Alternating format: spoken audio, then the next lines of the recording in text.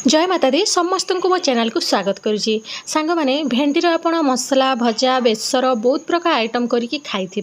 किंतु केबे भेंडी चटणी बनी खाई कि आज मुझे सहित नुआ प्रकार रेसिपी भेंडी चटणी रेसिपी शेयर करी सेमती आपको मुझे कहला बेले लगुव केमती चिपचिपा हम कि नालुआ लगे जमार भी सेमती नुह आग को देखूँ केमती मु बनाऊँगी आउ भिडियोटी पूरा लास्ट पर्यंत देखिले ही जाने प्रथमे तो आम पैन गरम करके देदेबा अल्प टिके तेल आउ से देदेबा अध चामच खंडे जीरा आउ देदेबा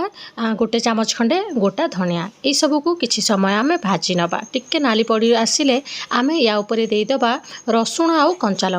लंका निज टेस्ट अनुसार आप कम बेसी करें रसुण तो देखिपे मुझे यहाँ मुझे 3 ରୁ 4 जनों करुच्ची तापर आम ए कटा पियाज गोटे देदेबा छोट गोटे पियाज को काटिक देदेबा आउ ये सब को भल भाव में भाजवा टिके नाली पड़ी आसो जमीती तापर आम ये सब तक भलसे भाजी है कटा भेंडी को एथिरे देदेबा भेंडी को टिके छोट छोट करके काटिबे ता द्वारा शीघ्र भाजी हो पार आउ तार नालुआ अंश भी शीघ्र सुखीज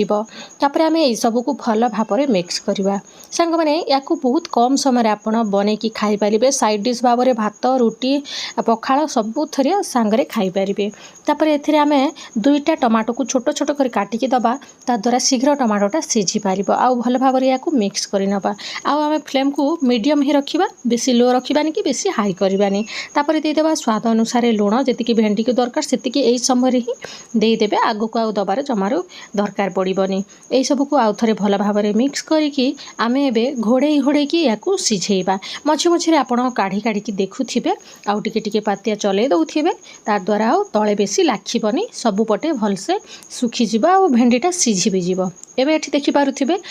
4-5 मिनिट पर मु खोलिकी देखौची आउ भल भाव में सबुतक भेंडी भी सुखीगला तार जो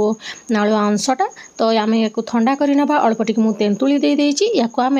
दरखंड करके ग्राइंड करके साइड रखी नवा तापर आम या छुंक दबा ता द्वारा फ्लेवरटा बहुत भल आसो अल्प टिके मु तेल देदेची आउ देदेची अध चामच खंडे सोरिष को भल भाव में फुटापी दबा तापर अल्प टिके देदेबा ए पान मधुरी देले फ्लेवरटा बहुत भल आसी था स्वाद पूरा 2 गुणित कर दे था जदि ना आप जीरा भी अल्प टिके पकई पारे तापर ए सुखिला लंका देदेची आउ देदेची भृसंग पत्र ता द्वारा चटणीर स्वादटा बहुत बढ़िया आसीबो सुंदर बास्ना दबा तापर आम जो ग्राइंड करके रखी भेंडीर चटणी को ताकू एथिरे देदेबा आउ भल भाव में मिक्स करनवा फ्लेम को आप समय लो ही रखि बस 1 ରୁ 2 मिनिट पर्यंत आम ये छुंक सहित या भाजी हवापाई दबा